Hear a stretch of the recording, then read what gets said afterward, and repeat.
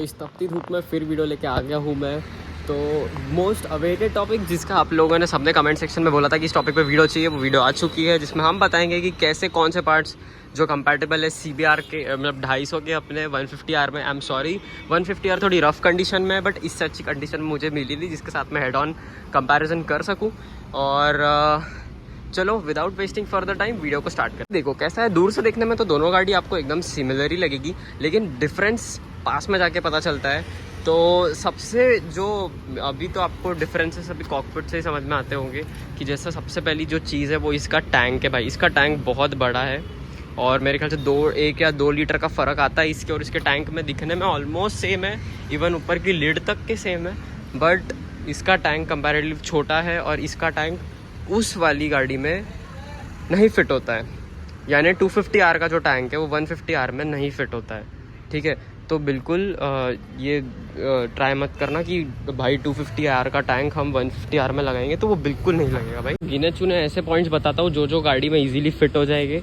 जो अपना सबसे पहला जो पॉइंट है वो है अलॉय व्हील। ठीक है, अब CBR के अलॉय व्हील्स वैसे ही थोड़े से मस्क्यूलर है। पीछे का अलॉय CBR का वन ऑफ द बिगेस्ट आता है इसके सेगमेंट में। जैसे इसका कंपैरिजन RC 390 के साथ में होता है अलॉय कंपैरिजन में। तो अगर आपको इसके अलॉय उसमें लगाने हैं तो वो इजीली फिट हो जाएंगे कोई दिक्कत आए बिना।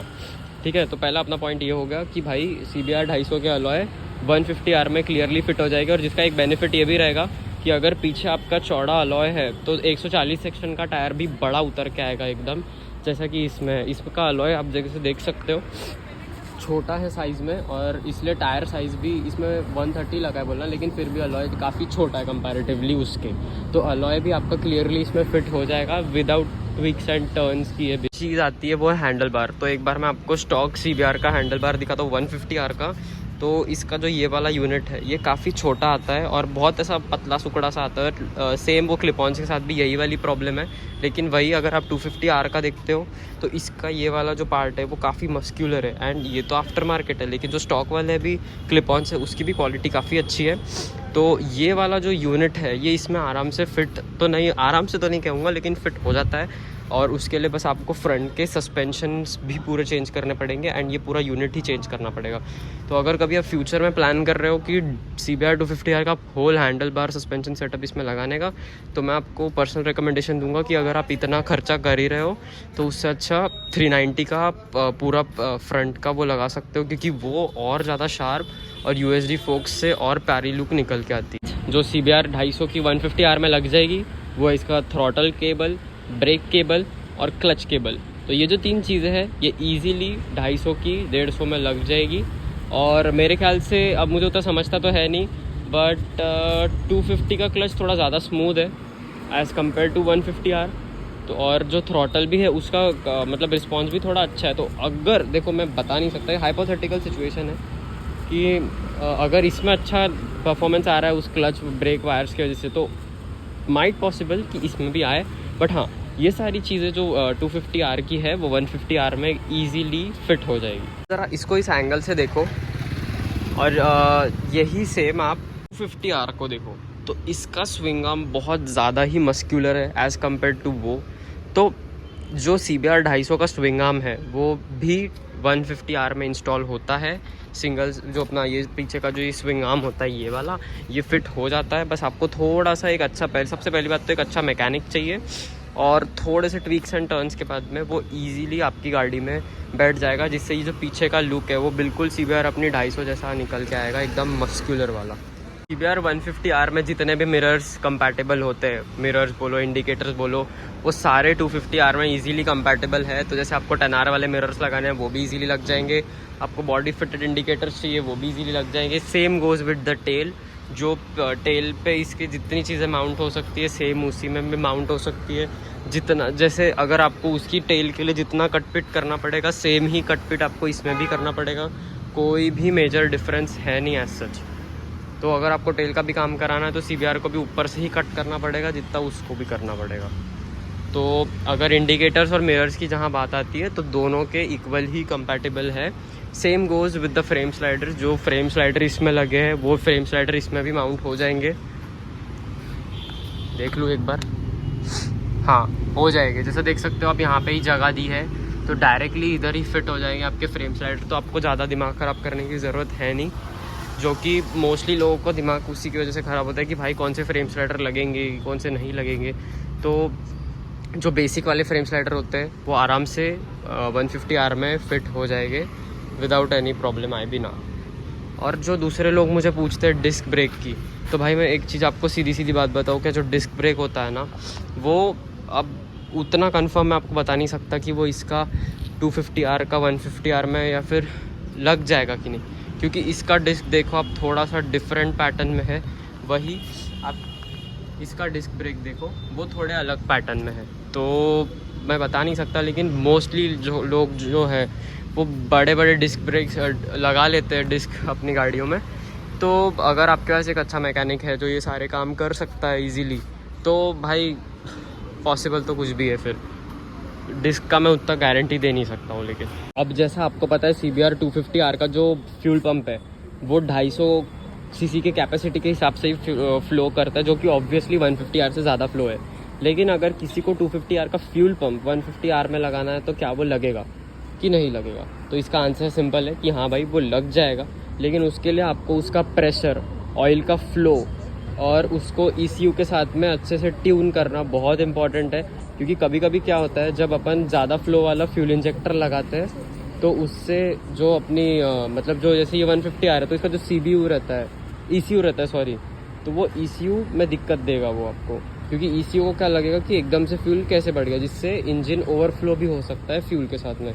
तो इस प्रॉब्लम का सलूशन सिंपल है कि आपको ECU के साथ में पंप को ट्यून करना पड़ेगा, जिससे आप 250R का फ्यूल पंप 150R में लगा सकते हैं। जो क्वेश्चन है जो CBR 250R का एक लौता आइडेंटिकल है वो है उसका एग्जॉस्ट, क्योंकि 150R के एग्जॉस्ट के कंपैरिजन में लिटरली ये बहुत बड़ा है। लेकिन एक सैड चीज़ है कि ये इसमें नहीं लग सकता, क्योंकि आपको जैसे पता है कि जो CBR 250R का हेडर है वो 150R के कंपैरिजन में काफ़ी बड़ा है।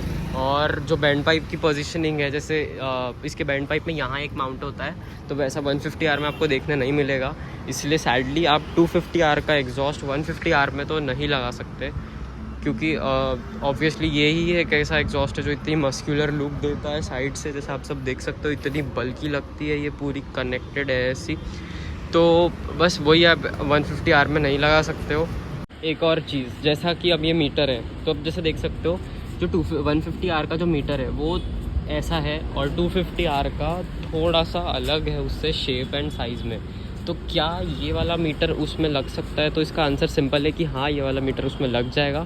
दिक्कत बस इतनी है कि जो आपका RPM रहेगा वो या तो बहुत ज़्यादा दिखाएगा या तो बहुत कम दिखाएगा, क्योंकि वो जो RPM सेट है उसकी जो नीडल है वो इसके हिसाब से 250 सीसी के हिसाब से, मतलब उतने 1000 RPM जितनी ये दौड़ती है उतना ये नहीं कर सकती है। तो कभी क्या होगा, कभी सुई बहुत ज़्यादा दिखाएगी या कभी हो सकता है कि सुई बहुत कम दिखाएगी। जैसे 2000 RPM पे अगर है तो वो खाली 1000-1500 दिखा सकती है या फिर 3000-4000 भी दिखा सकती है, पर मीटर फिट हो सकता है उसमें, पॉसिबल है ये मीटर फिट करना उसमें। एक बहुत इंपॉर्टेंट चीज़ है वो है बॉडी किट, फेयरिंग।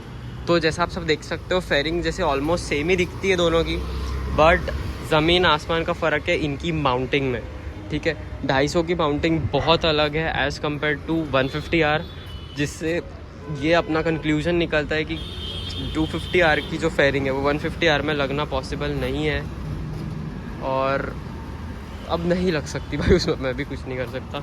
जैसे छोटे मोटे जो पार्ट्स जैसे सीट काउल हो गया, पीछे का वो वाला काउल, तो जहाँ तक है मेरे ख्याल से वो लग जाएगा। लेकिन जो अपना मेन है फेयरिंग, साइड की फेयरिंग, अंडर बेली, ये सब में से कुछ भी नहीं लग सकता उस गाड़ी में, क्योंकि ऑब्वियसली, और इवन हेड मास्क तक अलग अलग है।